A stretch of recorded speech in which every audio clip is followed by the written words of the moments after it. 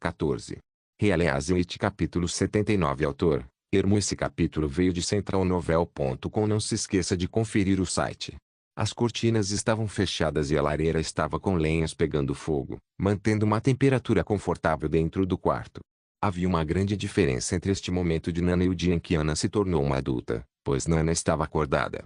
A fim de garantir que ela não ficaria muito assustada com as dores que iria sentir, eles jogaram alguns jogos simples para distraí-la, e também para que ela não dormisse durante a noite. Até mesmo Roland fez alguns truques simples com moedas, deixando todos boquiabertos e impressionados com a mágica. Especialmente Nana, que durante todo o tempo estava olhando com olhos arregalados para a mão de Roland. Se fosse qualquer outra hora, Nana certamente iria gritar para Roland ensiná-la. Os truques que Roland conhecia estavam longe de ser uma grande façanha nesta época, mas serviam bem como um pequeno show à parte, como cobras que dançam ao som da flauta, chamas bruxuleantes, pessoas que esmagam pedras enormes no peito e coisas do tipo. Mas se for comparar com os profissionais da sua época, tudo o que Roland fazia era amadorismo. Finalmente, Raio começou a falar sobre sua experiência como marinheira, como quando ela viajou com seu pai entre as ilhas e os fiordes. Ela contou sobre os belos recifes e redemoinhos dos mares, além de caçar polvos e tubarões gigantes de águas profundas. Embora todos soubessem que Raio gostava de enfeitar suas histórias, ela ainda tinha a atenção de todos, até mesmo de Roland. Nas suas histórias, os veleiros se transformavam em grandes navios blindados de batalha, que atravessavam oceanos e descobriam novos mundos. Na verdade, quando Roland pensava a respeito, existia um pedaço da história deste mundo que ele não entendia. Os registros históricos mais antigos tinham somente 400 anos. Até mesmo a educação do ex-príncipe não possuía nada a respeito ou alguma explicação para esse fato. Tudo bem, talvez o ex-príncipe não tinha prestado atenção nas aulas dentro do castelo. Contudo, dentro da biblioteca de Vila Fronteiriça não havia nada que justificasse essa lacuna no tempo. Então a única possibilidade era ganhar a guerra contra Forte Cancioneiro e buscar as informações lá mesmo. Quando Raio finalmente terminou a história sobre suas aventuras, Roland não conseguiu mais reprimir um bocejo. Quando ele olhou para Rouxinol, ela apenas balançou a cabeça, indicando que não havia nenhuma mudança mágica até agora. Não ter um equipamento que meça o tempo precisamente é tão inconveniente. Como posso determinar o tempo que ainda temos que esperar? Roland pensou frustrado, enquanto servia uma xícara de água morna, para depois se sentar e esperar. Mas, gradualmente, todos tiveram a sensação de que algo estava errado, pois a demora já era grande. Nana bocejava repetidamente, fazendo todo o esforço possível para manter-se acordada. Mesmo Rouxinol estava ansiosa, então ela tocou a testa da menina, enquanto observava o poder mágico dentro do corpo de Nana, procurando por qualquer mudança. Quando Roland queria tomar um gole de água, descobriu que já não tinha mais água. Então, no caminho para a chaleira que estava na lareira, ele não resistiu e foi até as janelas para olhar o tempo lá fora, apenas para descobrir que ainda estava nevando. Mas quando ele abriu as cortinas pesadas só um pouquinho, um toque de luz entrou no quarto. Ele ficou agradavelmente surpreso ao descobrir que o céu escuro já havia adquirido um brilho branco nebuloso. "Olhem aqui fora!" Roland gritou e abriu toda a cortina. Ele acabou alertando todos os que estavam no quarto. Logo, foram correndo para ver o que estava acontecendo. Quando descobriram a leve luz no céu, perceberam que o novo dia já havia chegado sem que eles percebessem. Então, com isso, além de Ana, Nana também passou pela tortura do diabo sem qualquer dor.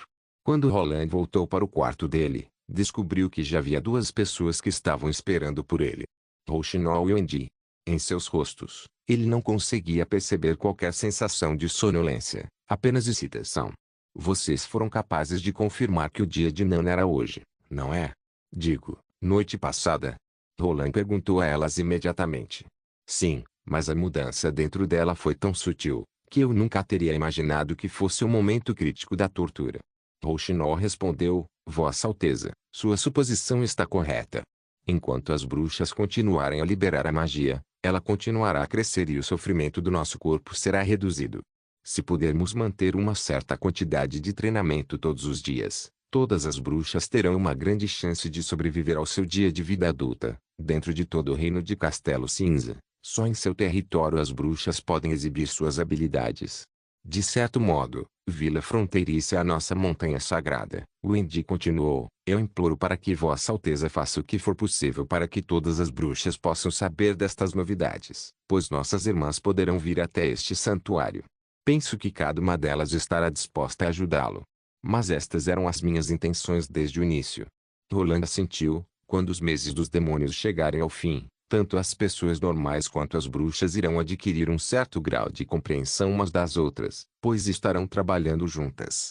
Até lá, providenciarei para que as pessoas espalhem a mensagem, mas, apenas como rumores. Vocês precisam entender que não consigo iniciar um grande projeto de publicidade para recrutar bruxas, pois se eu fizer isso assim agora, irá causar um grande alvoroço em todo o país. Roland pausou por um momento, então continuou. Isso só será possível se a igreja for erradicada, ou se eu ascender ao trono. Então, parece que minha melhor opção é ajudar Vossa Alteza a ascender ao trono. Wendy declarou e, sem hesitação, caiu sobre um joelho, recitando o juramento de fidelidade. Roland podia ver claramente que seus movimentos não eram habilidosos, como se fosse um impulso devido a momento de felicidade. Mas ele não se importava com esses detalhes, por isso, ele a tratou exatamente como Rochinol quando aceitou seu juramento de lealdade. Depois de terminar seu apelo, Wendy virou-se para Rochinol e perguntou, como foi a minha atuação?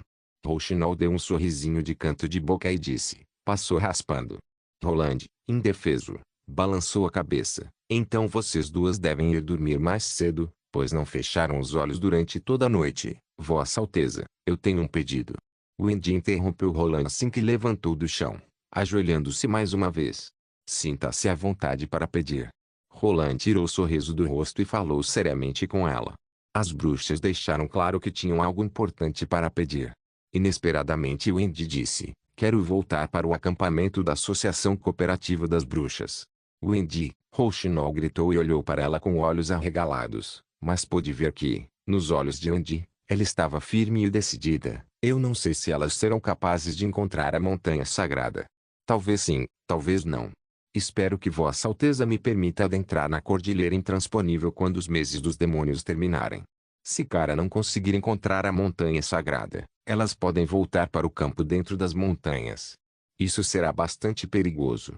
Roland franziu a testa. Sua líder atacou você, mesmo após tantos anos de amizade. Se ela realmente quisesse me matar, eu já estaria morta. Wendy disse. Ela convocou sua serpente mágica dor em vez de morte. Eu não sei quantas voltarão comigo, ou mesmo se alguém irá voltar comigo, mas pelo menos eu posso entregar esta importante mensagem para minhas irmãs. Se liberarem sua magia todos os dias, elas não precisarão sofrer a dor terrível. Falando até este ponto, Wendy continuou, mas desta vez, sua voz estava muito gentil. Vossa Alteza, enquanto você tratar as bruxas com tamanha bondade, minha vida será sua. Então, naturalmente, não vou jogar ela fora tão facilmente. Eu vou me proteger. Por favor, conceda-me este pedido. Roland ficou em silêncio e pensou na segurança dela, ao mesmo tempo em que pensava se devia ou não recusar o pedido. Mas este pedido também possui um significado intrínseco. Se eu der esta chance ao Wendy de salvar mais bruxas, ela seguirá minhas ordens com felicidade e presteza de coração, assumindo qualquer risco. Mas se eu recusar, ela ainda poderá estar disposta a seguir as ordens, mas eu posso perder a possibilidade de ganhar mais bruxas, enquanto Wendy terá para sempre uma cicatriz em seu coração. Eu permitirei isso. Roland finalmente assentiu traço, mas você ainda precisará esperar 2 meses até o fim dos meses dos demônios. Você também não viajará sozinha, Raio irá com você. Eu também lhe darei armas de fogo para autoproteção e também uma pedra da retaliação divina. Raio pode dar apoio de longa distância, e quando você usar a pedra da retaliação divina durante sua reunião com Cara, ela ou qualquer outra bruxa não poderá machucá-la. Vossa Alteza, por favor, deixe-me ir com ela, Rochinol implorou. Não, Verônica. A segurança de Sua Alteza é muito mais importante do que a minha. Ele é a esperança de todas nós, bruxas. Wendy discordou balançando a cabeça e rindo. Cuide bem dele. Release capítulo 80. Uma semana após o navio de concreto ter sido colocado em um galpão para secar, finalmente chegou o dia de lançamento no rio. Todos os trabalhadores ficaram chocados quando o príncipe ordenou que colocassem aquela banheira enorme dentro d'água. Eles ainda estavam tentando processar se tinham escutado direito. Qual foi a surpresa de todos ao perceberem que eles tinham escutado corretamente? Os trabalhadores tiveram que desmontar o galpão temporário e fazer uma vala íngreme do local exato onde estava o navio de concreto até o rio. Esta etapa precisou ser feita com grande cuidado, devido à fraca resistência à tração de produtos feitos de cimento. Mesmo uma pequena batida no chão seria o suficiente para criar pequenas rachaduras, podendo evoluir e destruir o navio por completo. O navio foi colocado em cima de troncos e a velocidade em que deslizava era controlada com cabos. Quando tudo estava preparado, os trabalhadores deixaram o cabo grosso de tração deslizar lentamente entre suas mãos, com muito cuidado para que a embarcação sempre deslizasse em linha reta. Enquanto os trabalhadores cantavam seu lema em sincronia, o navio deslizava lentamente sobre os troncos, criando um forte som de fricção. Felizmente, tudo correu bem e Roland pôde ver como o navio baixou lentamente na água. O navio afundou quase meio metro, com mais de 1 metro ainda acima da superfície. Os trabalhadores ficaram totalmente surpresos ao ver que essa construção maciça feita de pedra e metal não afundou diretamente no leito do rio com um estrondo alto, mas, ao invés disso, flutuava pacificamente sobre a superfície. Rápido, peguem os cabos e amarrem nos cabeços de amarração, Roland ordenou em voz alta. Se o navio não fosse amarrado rapidamente nos cabeços de amarração, a correnteza iria levar o navio direto para o sul. Apesar de Rouxinol não se mostrar publicamente, ela não conseguia mais se segurar após ver essa cena chocante, perguntando, por que esse navio conseguiu flutuar? Para falar a verdade, é bastante simples. A densidade média do navio é menor do que a da água. Sempre que alguma coisa tiver a densidade média menor do que a água, ele vai flutuar. Roland explicou, e após pensar um pouco, ele continuou. O fato do navio ser construído por ferro e concreto não é importante. Na verdade, você já deve ter visto barcos à vela enormes, que também pesam muito mais do que pedras, não é mesmo? Como não ouviu a voz de Rouxinol novamente, Roland assumiu que ela ainda estava processando o que ele disse. Mesmo Ana não conseguiria entender imediatamente o conceito que ele havia explicado. Percebendo isso, Roland sorriu e continuou a orientar os trabalhadores. O navio de concreto demorou muito tempo para secar completamente, e toda vez que começava a nevar fortemente, o trabalho tinha que ser interrompido. Os trabalhadores só conseguiam continuar o trabalho quando a neve parava de cair por mais de 1 hora.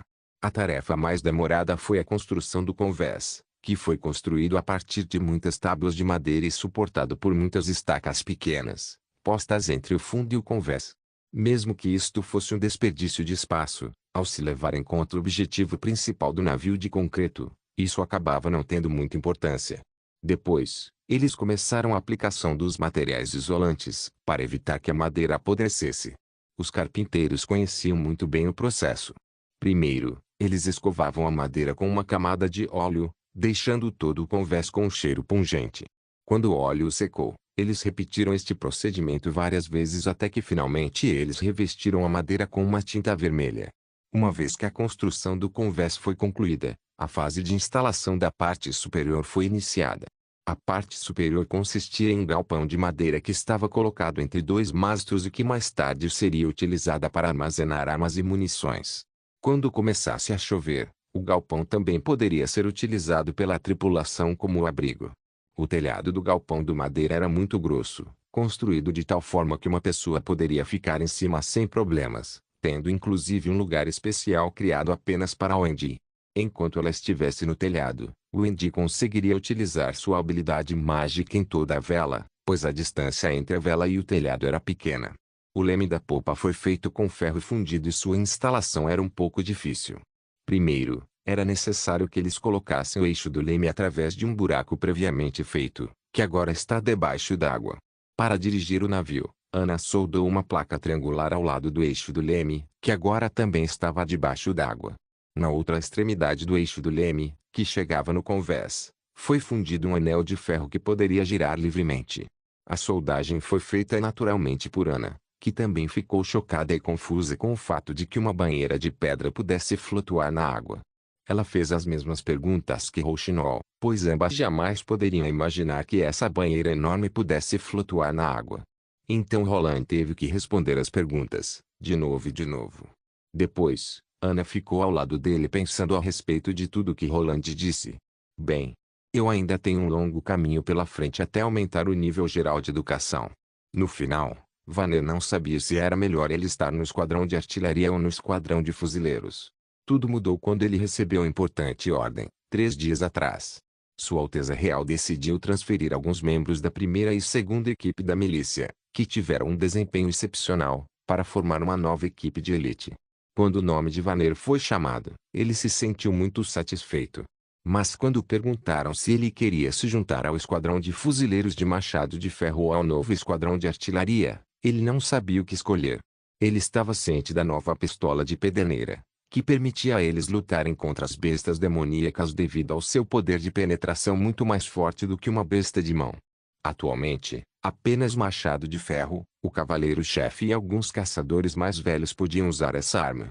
Vanner deveria juntar-se ao esquadrão de fuzileiros sem hesitação, mas ao invés de tomar uma decisão de supetão, ele perguntou: o que é um canhão? Quando ele soube que um canhão é 10 vezes maior que uma pistola e que seu poder é 100 vezes mais forte, ele caiu em um dilema. Aparentemente, quanto mais poderosa for a arma que alguém utiliza, mais valor essa pessoa tem para o príncipe.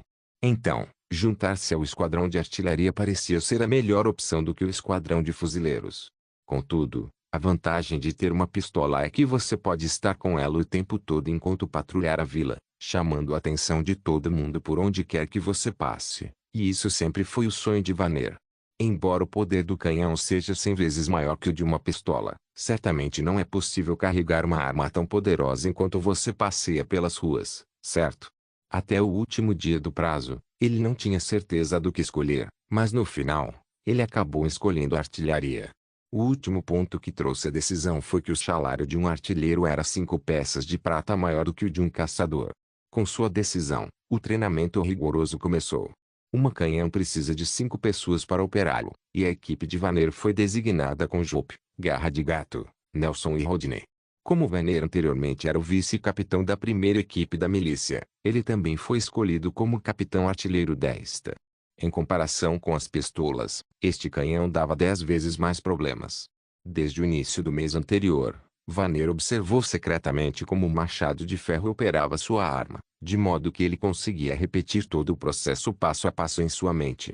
Mas o canhão sempre alternava entre um estado fixo ou móvel, e ainda o estado pronto para disparar, sempre tendo que passar por um trabalho tedioso. Pare o cavalo, puxe o pino, puxe o gancho, mova o carrinho. Coloque-o na posição de disparo, segure para não cair. Esses processos precisavam de 5 pessoas para cooperar em conjunto. Como era o caso de quando ele precisava puxar o gancho, e as outras pessoas precisavam empurrar o carrinho para longe do canhão, transformando um veículo de 4 rodas em um veículo de 2 rodas, sem que o tubo do canhão caísse no chão. Quando o tubo era finalmente preenchido com a munição, o canhão estava pronto para atirar. O disparo era bastante semelhante à pistola de pederneira, mas a limpeza do canhão com o uso de 2 tacos diferentes era muito mais complicada. Ao usar uma pistola, a munição podia ser colocada diretamente no cano. Já o canhão, para começar, eles precisavam pôr fogo no estopim, mas Vanner pensou que, se estivesse chovendo, seria bastante difícil usar essa arma. Felizmente, como capitão artilheiro, na maioria das vezes tudo o que ele precisava fazer era dar as ordens. Então ele não precisava se esforçar tanto. Durante os 3 primeiros dias, os 4 esquadrões de artilharia recém-selecionados tinham apenas um canhão para treinar.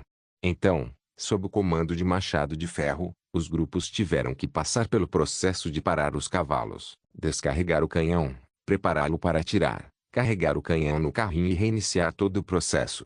Estes 4 passos sempre foram repetidos. Alguns até achavam que de tanto limpar o canhão sem parar, o tubo estava mais limpo do que o próprio rosto deles.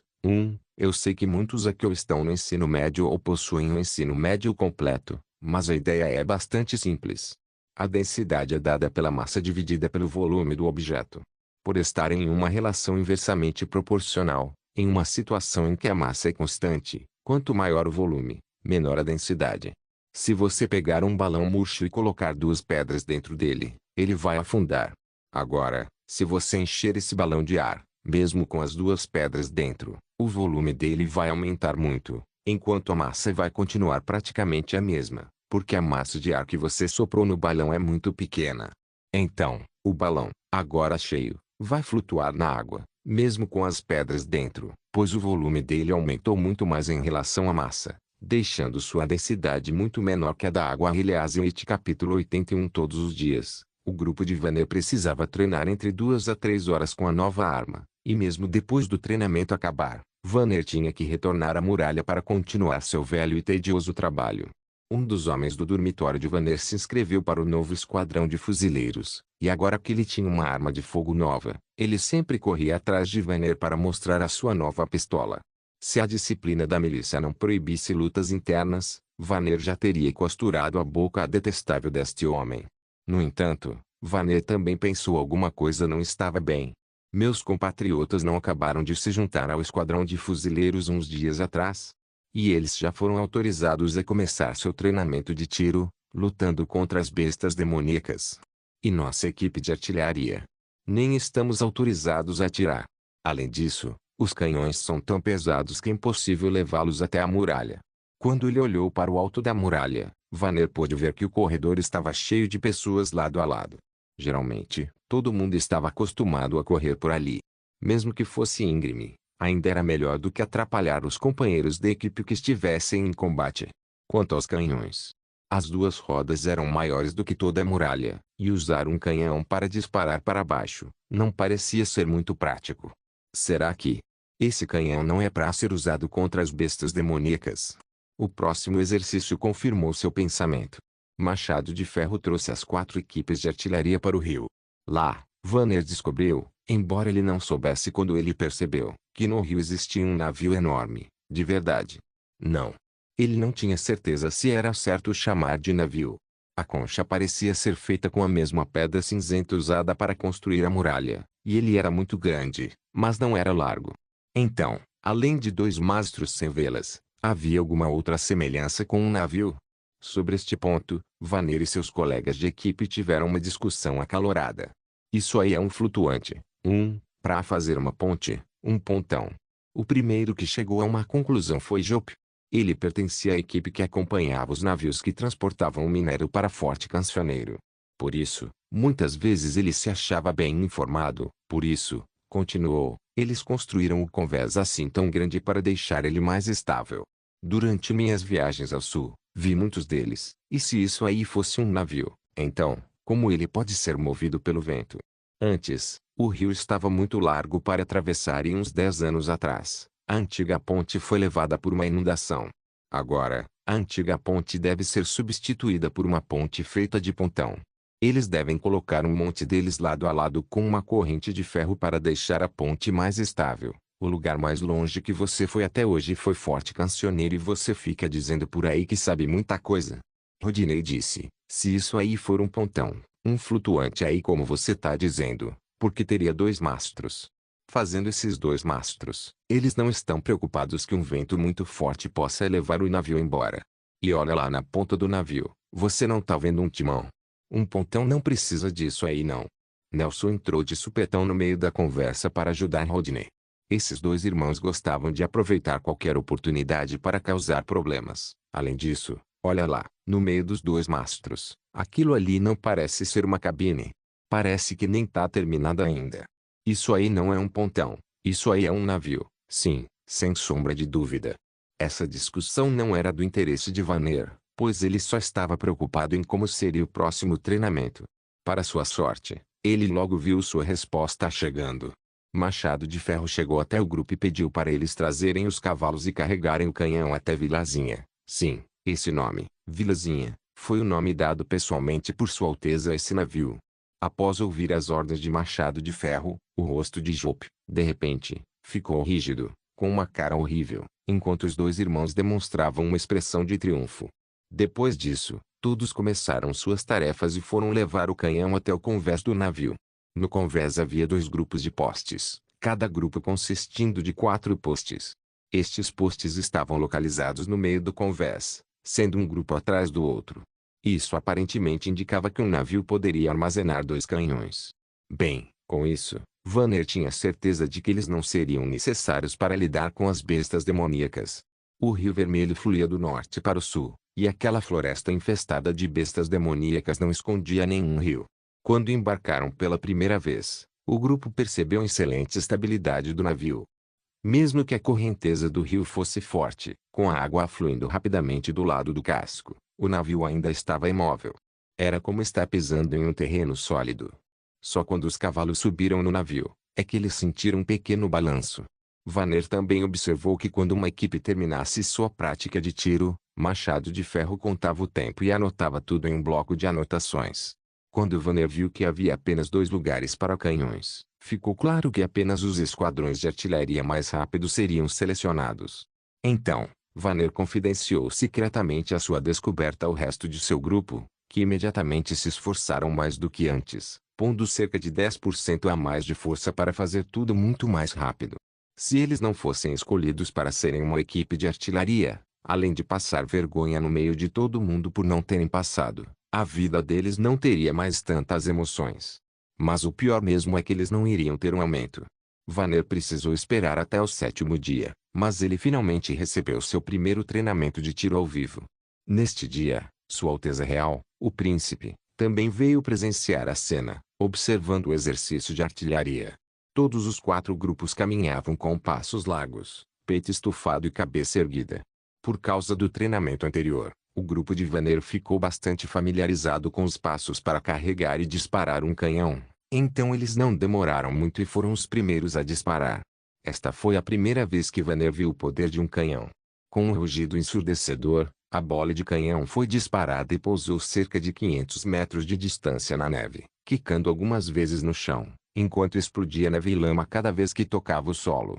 Vanner percebeu que era impossível para ele ver onde é que a bola de ferro iria parar, até que não conseguiu mais ver a bola. Ao ver isso, Vanner se perguntou, como o príncipe conseguiu criar uma arma tão terrível? Se alguém tiver que enfrentar esses canhões, mesmo se tiver uma armadura, eu acho que vai ser inútil. Após cada tiro, o grupo era alterado e o príncipe ordenava que alguém marcasse com uma bandeira a posição em que o projétil do canhão aterrissasse. Depois, ele deixou alguém medir a distância entre a boca do canhão e a bandeira. Após 4 rodadas de tiros, finalmente foi a vez de Vanner novamente, mas então ele ouviu o comando para mudar o ângulo do canhão. Uma escala com medidas 0, 5, 10, 25 e 30 foi colocada na extremidade do canhão, onde o carrinho estava conectado. Embora Vanner tenha visto a escala, ele não entendeu o que significava, mas, enquanto seguissem as instruções, tudo ficaria bem. Machado de Ferro gritou, atire no ângulo de 5. Ao ouvir esse comando, Jup, que era o integrante com a maior força na equipe de Vanner, pegou o taco, colocou na boca do canhão, esperou que os outros tirassem o gancho que segurava o tubo até pôr o tubo no ângulo correto, ou seja, levantaram o tubo até chegar na marca 5 da escala para prender o gancho.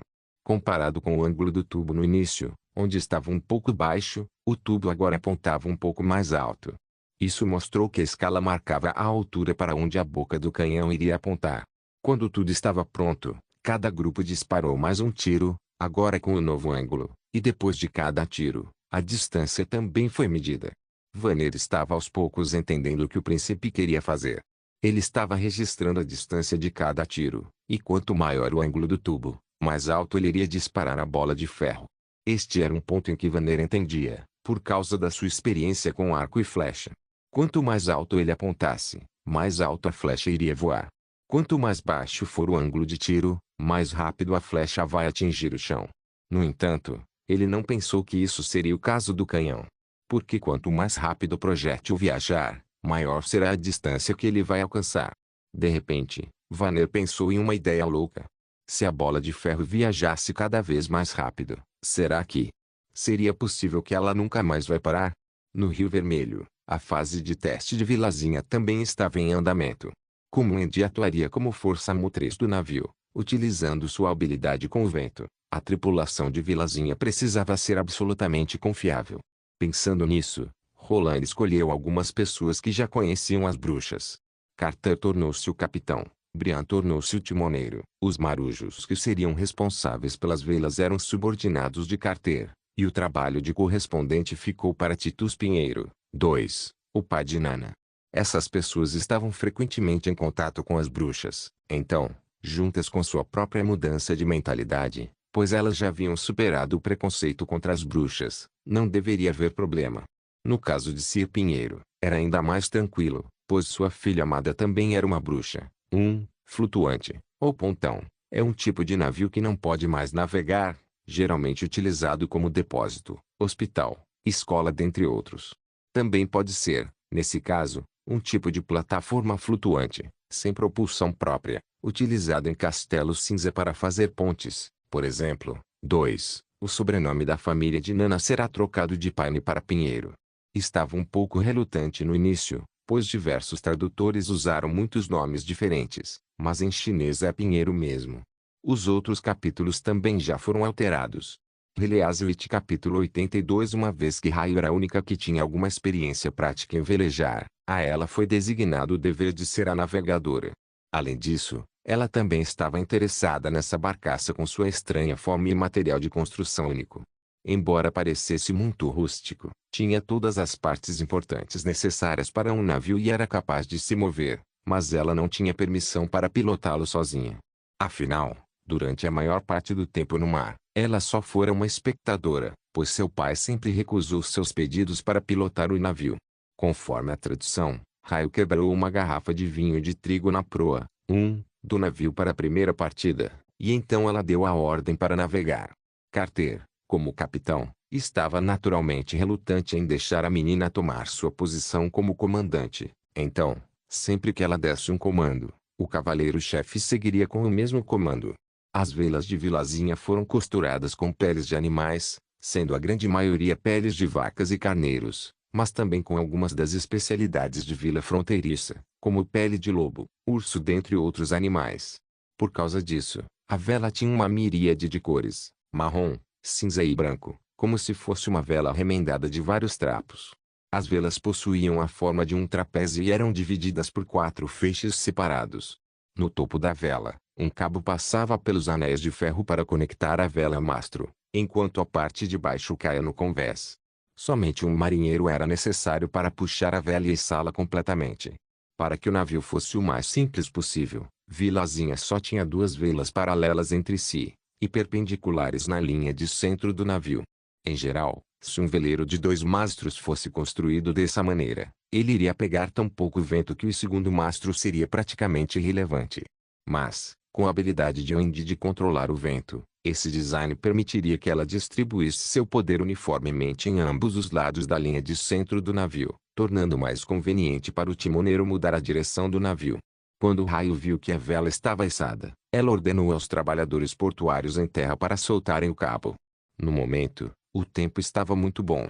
A neve que caía de vez em quando estava sendo conduzida por um vento leve, assim como a água, quando o navio deixou lentamente o barranco. A menina desceu ao lado de Brian e ordenou: todo leme para a direita. Carter também gritou: todo leme para a direita. O que é esse leme mesmo? Brian coçou a cabeça e perguntou: quantas voltas inteiras eu giro à direita?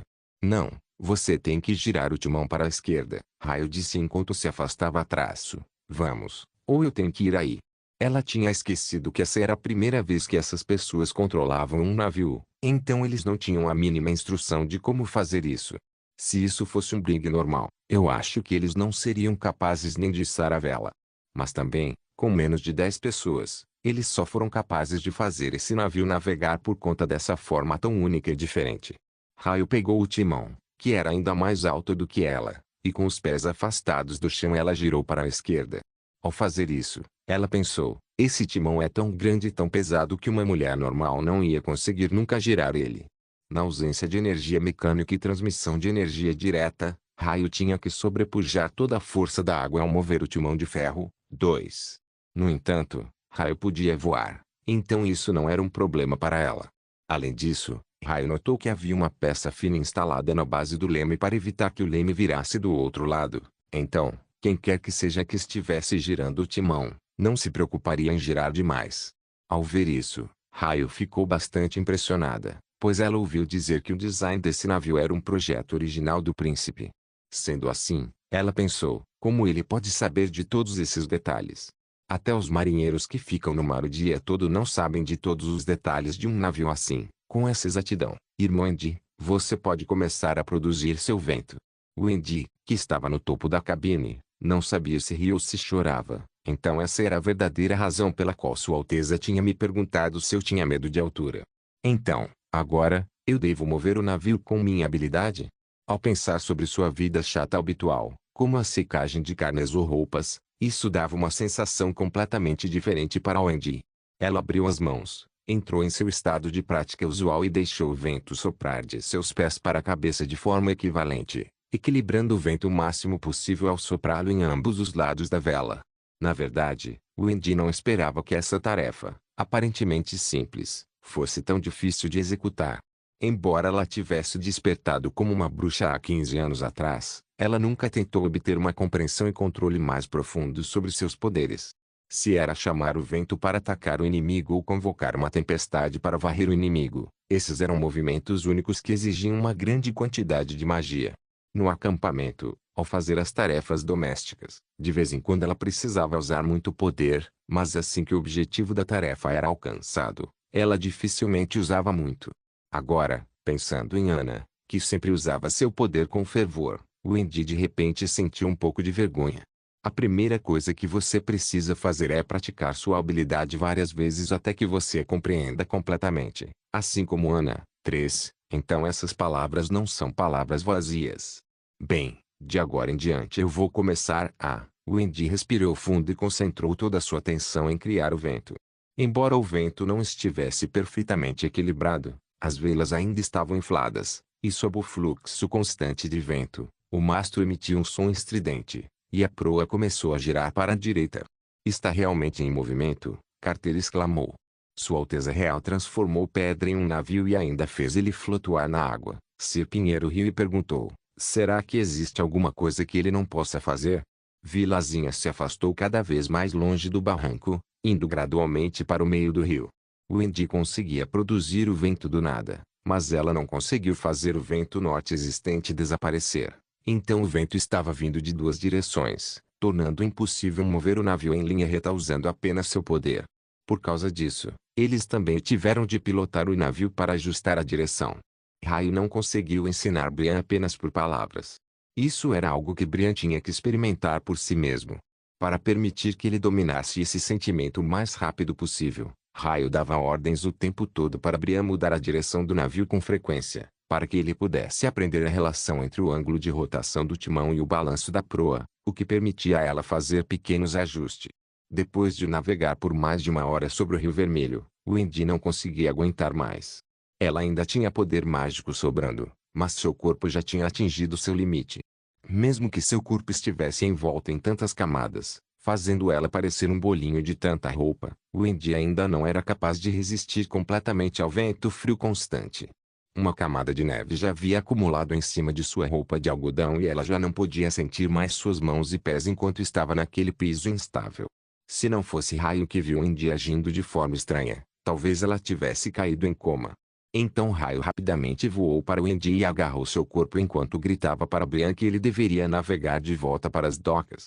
Brian girava o timão na direção certa, conduzindo bem, deixando o navio virar lentamente para a esquerda. Raio voou para baixo na cabine enquanto carregava Wendy. Dentro da cabine, elas só tinham as velas para parar o vento, mas pelo menos não era tão frio quanto antes, de modo que elas conseguiam manter a temperatura do corpo. Além disso, se quisessem chegar ao barranco, eles precisariam de uma pessoa com um bom controle, e Raio nunca se atreveria a deixar um novato assumir essa importante tarefa, mesmo que ela nunca tivesse feito isso sozinha. Quando eles finalmente atracaram e o barranco do rio colidiu com o casco, emitindo um som alto, toda a tripulação sentiu seus corações palpitarem mais rápido. Mesmo que o som da colisão com o barranco tenha sido alarmante, no fim, não pareceu tão ruim assim. O marinheiro rapidamente arreou as velas juntas e pôs a escada de embarcação na terra. Felizmente, eles não foram capazes de navegar em linha reta durante esse primeiro teste. Então, graças ao treinamento para fazer uma trajetória em forma de U no rio, eles não estavam tão longe de vila fronteiriça. Raio voou em direção ao castelo enquanto carregava Wendy. Carter olhou para o navio de pedra e suspirou alto. Sem a ajuda de uma bruxa, ele não iria tentar trazer o navio de volta às docas. A frente do navio se chama proa e a parte de trás popa. Em alguns locais, como no capítulo 74, acabamos de deixar passar esse ponto e chamamos a proa de arco. Contudo já foi corrigido. 2. A ideia aqui é como quando você dirige carro com ou sem direção hidráulica. A força necessária para girar o volante em um carro com direção mecânica é muito, mas muito maior do que um carro com direção hidráulica. E ainda temos agora o carro com direção elétrica. Recomendo este último. 3. Caso você não se lembre, isso foi o que Roland disse ao Andy no capítulo 63. Reliazwit capítulo 83. O inverno era o momento em que a maioria das pessoas do norte não faziam colheitas, especialmente perto do platô de Hermes. Os meses dos demônios não traziam só vento e neve sem fim, mas também frio, fome e morte. No entanto, para Coxo Branco, o inverno significava algo diferente. Todo o inverno, o enviado da igreja bateria em sua porta e obrigaria ele a mostrar toda a fronteira do reino. Durante este caminho pela fronteira, ele pegaria vários órfãos sofridos com sua carruagem, e os levaria para a antiga cidade sagrada. Para Branco, isto sempre foi um bom negócio, pois ele ganharia quase 20 peças de prata por cada viagem até a fronteira. O que era ainda melhor era que ele também poderia acumular méritos se fizesse um bom trabalho. Estava quase no fim dos meses dos demônios deste ano, então essa ida deveria ser a última desta temporada. Meritíssimo, volte para a carruagem e fique lá dentro. Aqui do lado de fora ainda vai nevar por muito tempo, então você não precisa ficar aqui engolindo vento e comendo neve como eu. Você não tem permissão para ficar congelado.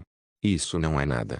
O encarregado da igreja contradisse Branco e deu um belo de um gole de sua moringa antes de continuar. Na nova cidade sagrada pode estar muito mais frio do que está aqui. No platô, roupas de couro e armaduras não conseguem parar o frio. Se você estiver lá, o frio entra em cada abertura de sua roupa e cada buraco de seu corpo. Sem as pílulas de inverno, nenhuma pessoa comum consegue sobreviver nesse local. Você deve estar certo. Branco assentiu com a cabeça. Ele nunca esteve na nova cidade sagrada, e ele também não planejava ir para lá. Como só os animais de pele grossa e as bestas demoníacas existiam lá, por que é que ele deveria ir lá mesmo?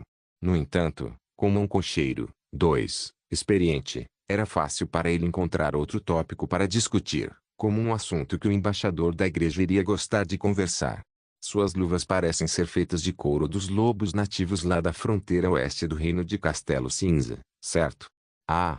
Você pode reconhecer isto. Meu senhor, eu faço esse trabalho por mais de 30 anos. Branco disse de forma orgulhosa. Primeiro foi o barão, depois a condessa e mais tarde até a pequena princesa do reino de Coração de Lobo. Se não fosse pelo acidente quando eu quebrei as pernas, talvez eu ainda estivesse trabalhando para a casa do conde. Eles não tinham nada além de um bocado de peças de ouro, e pagavam muito bem por peles e talheres de Castelo Cinza, joias do reino de inverno eterno e artesanato dos fiordes. Eu nunca fui capaz de trazer todas as coisas que eles desejavam, realmente era muita coisa. Então, o embaixador assentiu traço. Essa é a origem do seu apelido? Em que tipo de acidente você esteve envolvido? Bem, foi uma revolta de refugiados. O grupo de bandidos não parava por nada. Se eles encontrassem alguma coisa que pudessem trocar por comida, eles não paravam. Branco disse com desdém, cuspindo no chão. Quando eles cercaram a carruagem, eu tinha que salvar a condessa, então eu não tive outra escolha além de dar a ordem para o cavalo correr. Mas o cavalo ficou assustado, me jogou e tombou a carruagem. Então você quebrou sua perna? O embaixador perguntou curiosamente, e o que aconteceu com a condessa? Ela fugiu, já que a carruagem estava cheia de almofadas e conchas grossas, ela não teve ferimentos sérios, só algumas contusões. Branco lamentou, ela simplesmente se arrastou para fora da carruagem e me deixou na estrada para morrer. Com a minha perna quebrada, tive que arrastar meu corpo até chegar em casa. Ele deu um tapa na vara de latão debaixo de suas calças curtas. No entanto, o conde para quem eu trabalhava me expulsou, dizendo que eu não iria mais conseguir dirigir carruagens. Esses aristocratas malditos, que pena. O embaixador fez uma pausa traço, mas Deus não o abandonou. Agora você está dirigindo carruagens para a igreja. Sim, senhor. Branco respondeu. Porém, por dentro ele pensou, não. Se Deus fosse misericordioso, ele não me deixaria fazer isso. Em vez disso, ele teria me salvado quando eu mais precisava dele. Neste momento, eles escutaram o grito de uma jovem. A gente tem que fazer uma pausa. Ouvindo isso, Branco puxou as rédeas do modo que os dois cavalos pararam gradualmente. No momento em que a carruagem parou, O embaixador levantou e foi até a parte de trás. Logo, Branco ouviu uns sons de chicotadas. Coitadas dessas crianças, Branco pensou enquanto suspirava traço, mas eu preciso suportar isso. Se não fosse esse enviado da igreja que sempre me apoiou durante o inverno, eu seria apenas um cadáver abandonado na beira da estrada. Logo, o embaixador voltou, subiu, sentou-se ao lado de Branco e apenas comandou: pode ir. Se segurem, pois estamos saindo, Branco gritou enquanto sacudia as rédeas, conduzindo os cavalos. Eles são todos do reino de Coração de Lobo. Quase, as igrejas em todas as cidades do reino recebem órfãos, especialmente durante o inverno, pois há uma grande escassez de roupas e comida em todos os lugares. Por causa disso, no inverno, nós recebemos muito mais pessoas, comparadas a outras estações. Se dependermos apenas dos membros de nossa igreja, não daríamos conta do trabalho, então devemos empregar alguns cocheiros com boa reputação para nos ajudar a transportar os órfãos para a velha cidade sagrada. Até agora seu trabalho tem sido muito bom, Branco. Meu antecessor ficaria impressionado. Parabéns. É meu privilégio poder fazer parte de uma boa ação. Branco disse, se sentindo homenageado. Vossa Excelência, eles também serão enviados para o mosteiro. Odeio perguntar, embora sejam órfãos, a cabeça de cada um é diferente da cabeça do outro. Embora alguns deles não sejam tão velhos, muitos deles já fizeram coisas terríveis, então eles não vão contaminar a pura e santa terra.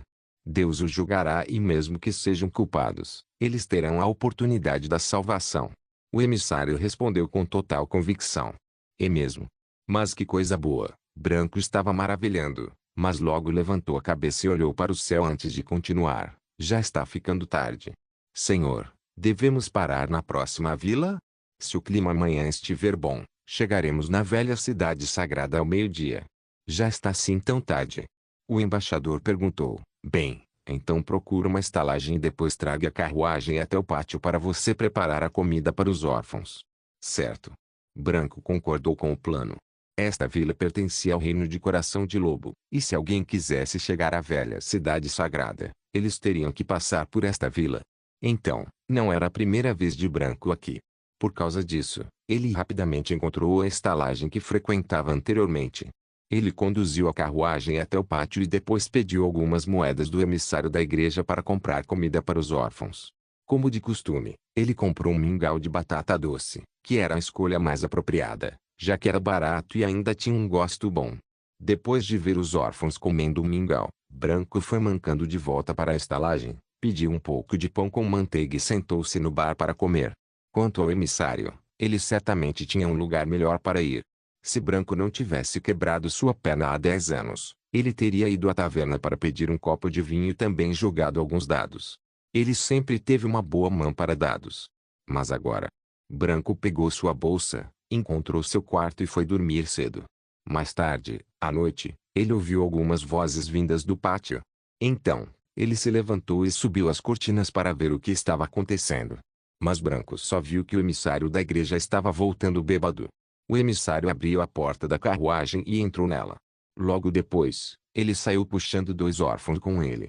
Ao lado da carruagem, 2 pessoas vestidas com roupas da aristocracia já estavam esperando. Vendo que era apenas o emissário, Branco fechou a cortina e voltou para debaixo de seu cobertor quentinho. Esta não era a primeira vez que ele testemunhava o emissário fazendo isso. Na verdade, era uma coisa normal para ele. Crianças, estar vivo é a maior felicidade de vocês. Branco pensou, vocês só precisam suportar a dor por um tempo. Logo logo vocês vão chegar até a antiga cidade sagrada. Então vocês precisam sobreviver até chegar lá, pois uma vez na velha cidade sagrada, vocês podem começar uma nova vida. Pelo menos no mosteiro, vocês não vão precisar morrer de frio e de fome. Pensando até este ponto, Branco bocejou e logo adormeceu. Ao amanhecer, ele buscou o emissário e continuou. A última parte da jornada foi sem incidentes, e chegaram até a velha cidade sagrada 2 horas mais cedo do que o esperado. Já havia carruagens de outras igrejas esperando por eles. Parecia que esses pobres capetinhas ainda tinham algum caminho a percorrer, mas tudo isso não tinha nada a ver com ele. Aqui está a sua recompensa. O emissário chamou o Branco e jogou uma bolsa em sua direção. Branco tirou as moedas do saco e as contou 2 vezes, sendo, de fato, 20 peças de prata. Então ele assentiu e disse, Espero ver você novamente no próximo ano. Mas o emissário não respondeu. Em vez disso, acenou com a mão para indicar que Branco poderia partir. Branco percebeu que, além dele mesmo, vários outros cocheiros estavam fazendo o mesmo trabalho. Será que eles são dos outros reinos? Branco perguntou a si mesmo, mas logo notou algo estranho. Parecia que apenas as meninas desciam das carruagens. Então, quando a igreja adota órfãos, eles apenas adotam meninas. Ele balançou a cabeça, abandonou este pensamento problemático e começou a viagem de volta para casa. As pílulas que a igreja usa, os quais Alicia utilizou no capítulo 66, agora serão chamadas de pílulas de inverno. Os termos já foram atualizados. 2. Cocheiros são pessoas que conduzem os cavalos em carroças ou carruagens. Heleazwit capítulo 84. O bispo Maine descia uma escada circular em direção ao subterrâneo. A escada circular possuía altura equivalente a pelo menos 4 vezes a altura da torre mais alta da catedral, e um diâmetro de aproximadamente 6 metros. Ela foi construída em uma dolina, natural e conduzia diretamente a um castelo muito espaçoso, construído em uma posição estratégica. O início da escada era bem iluminado por uma claraboia, alocada por entre as janelas acima da alta cúpula, conferindo uma cor gélida às paredes contorcidas de pedras. Entretanto, ao continuar descendo os degraus, a escada escurecia rapidamente, como se estivesse fundindo as paredes uma a uma. Após algum tempo descendo as escadas, podia-se ver um reflexo de uma luz pálida, em seu centro, e quanto mais profundo alguém descia, mais brilhante essa luz se tornava. Então, mesmo sem uma tocha, ninguém estaria à mercê da escuridão. Ao pé da escada, um corredor firmemente conectado à parede de rocha serpenteava em torno de um buraco escuro. Todo o corredor foi talhado em granito, formado por muitas peças retangulares com 3 dedos de espessura. O corredor era amplo o suficiente para 2 pessoas caminhar lado a lado. Uma extremidade de cada peça de granito estava embutida na parede de rocha enquanto a outra extremidade estava exposta ao ar. Para evitar quedas acidentais, havia uma cerca de madeira com cordas trançadas por toda a circunferência do buraco. Maine não contava o número de passos que ele descia, pois no fim, eram simplesmente muitos. Contudo, ele sabia que embutir cada pedaço de pedra no caminho era uma tarefa árdua. Os pedreiros contratados pela igreja tiveram que se apoiar em uma corda e ficar pendurados, enquanto furavam a parede de rocha dura adequadamente. Após isso, eles precisavam inserir as placas de granito nos buracos feitos. Cada ação tinha que ser feita com muito cuidado, pois o menor deslizamento ou rompimento de corda levava a uma longa queda. Durante a construção, isso já tinha acontecido com mais de 300 pessoas.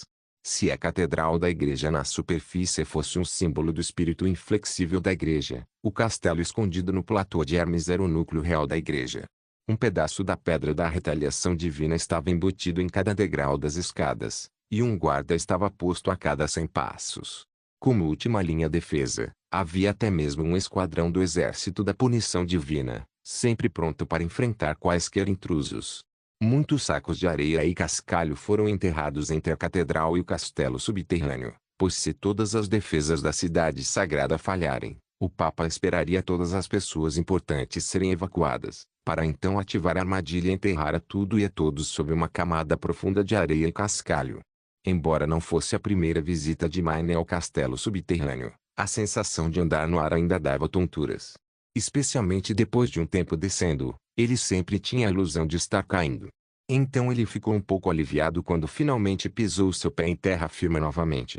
No fundo do buraco havia uma enorme mó, como um disco feito de pedra branca, com uma superfície tão lisa quanto um espelho. Ao ficar em cima da mó, qualquer pessoa poderia ver a sua imagem refletida perfeitamente. Como uma construção feita com extrema habilidade e planejamento, a luz que atravessa as janelas dentro da cúpula, eram refletidas de tal forma que acabavam atingindo diretamente a mó. Graças a isso, o fundo da dolina nunca ficava escuro, mesmo sem ser iluminado por uma tocha. Ao chegaram no fundo da dolina, todas as pessoas percebiam que o sol não era incolor. Após ser refletida pela mó, a luz se tornava azul. No entanto, ao olhar para cima, a luz azul brilhava por todo o buraco de uma forma muito bonita. Ao olhar mais de perto, podia-se descobrir que havia inúmeras partículas de poeira pairando no ar, assim como as criaturas minúsculas registradas no livro antigo. Os buracos dentro da parede da montanha eram cavernas formadas pela natureza, e a igreja apenas abriu as entradas, expandindo e construindo o castelo subterrâneo de Hermes.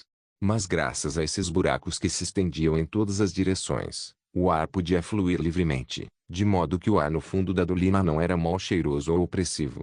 Quando Mine atravessou a porta na área principal do castelo, de repente ele foi cercado por uma imponente equipe de soldados. Havia 5 soldados, chamados juízes, que guardavam todas as entradas. Os juízes eram os soldados mais leais da igreja. Ao serem aceitos nesse grupo e começassem seu trabalho, eles viveriam para sempre no castelo, nunca podendo voltar à superfície. Na verdade, só Mine e o Papa podiam entrar e sair do castelo. Mesmo a arcebispa Yater e o arcebispo Typhon não podiam entrar aqui. Mas até Mine não sabia quantas galerias e salões. 4. O castelo possuía em seu sistema de cavernas. Além do caminho principal que conduzia ao sul, havia muitas ramificações laterais que se afastavam do caminho principal e, ao seguir esses caminhos laterais, eles se bifurcavam novamente em muitas outras galerias. Alguns eram utilizados pela igreja, enquanto outros estavam interditados. Mine ouvira que durante a construção do castelo, alguns artesãos se desviaram para aqueles caminhos que não eram marcados como seguros, e acabaram ficando perdidos. Estes artesãos jamais encontraram seu caminho de volta para o castelo.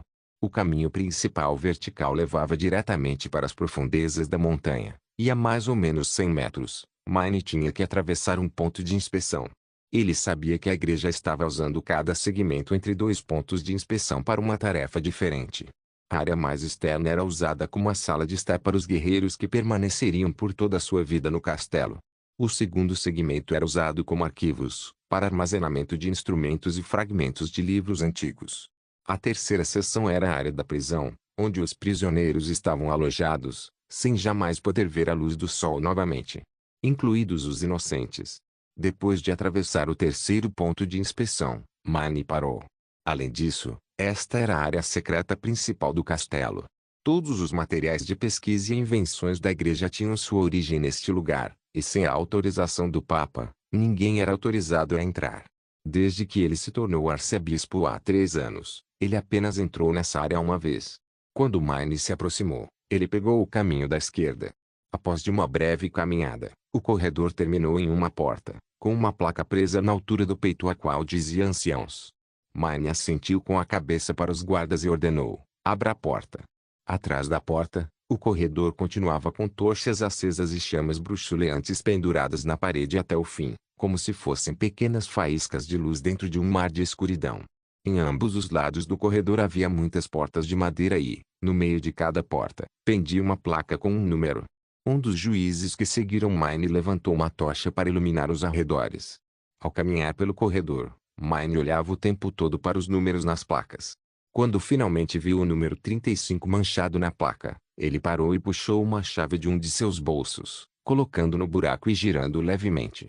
No fundo da dolina, o som produzido ao abrir uma fechadura era bastante áspero, e seu eco podia ser ouvido mesmo no final do corredor. Como se fosse o tiro de uma pistola sinalizadora, de repente muitos gritos foram ouvidos das outras portas, com o clamor de homens e mulheres. Ao ouvir atentamente, Mine poderia entender alguns deles: por favor, me salve, me mate, pelo amor de Deus, e coisas similares. Mas Mine estava impassível com os gritos. Ele apenas ordenou que o guarda de pé ao lado da porta fechasse imediatamente depois de entrar na sala, deixando o caos e os gritos do lado de fora. Atrás das grades de ferro, o bispo viu um velho sentado em sua cama. Talvez ele não estivesse tão velho, mas agora seu cabelo já estava branco e seu rosto estava coberto por rugas. Sua barba mostrava que não era feita há muito tempo, e estava quase atingindo seu pescoço. Como ele não tinha visto o sol há muito tempo, sua pele estava terrivelmente pálida, e as mãos e os pés eram tão finos quanto o bambu. Mine olhou para o prato de comida atrás das grades, que parecia que não tinha sido tocado. Mine demonstrou sua insatisfação, suspirando e dizendo: você deve cuidar melhor de si. A igreja não precisa de comida. E as refeições são feitas de acordo com o padrão do rei, com exceção do vinho. Até o peixe que lhe é servido é o bacalhau de primeira qualidade proveniente do Porto Índico. Você deve estar familiarizado com o seu gosto, certo, Sua Majestade, Rei Wimbledon? Dolinas são como pequenas deformações no solo em formato circular, como uma grande bacia. Você pode ver a foto de uma dolina aqui ou consultar a Wikipédia para mais informações aqui. 2. Caso você não saiba, claraboias são aberturas no teto ou no alto de paredes por onde entra a luz. Geralmente são janelas, como essas. 3. Mostram as pedras utilizadas para triturar grãos em moinhos, ou para emular facas e outros instrumentos. Embora não seja branca como a descrição aqui, você pode conferir o que é uma moa aqui. 4. Uma caverna é formada por dois caminhos, galerias, que são os túneis por onde você passa, seja em pé, se arrastando ou se espremendo, e os salões, que são aqueles locais espaçosos. Obrigado por assistir, até a próxima. Solem irmãos. Solem irmãos.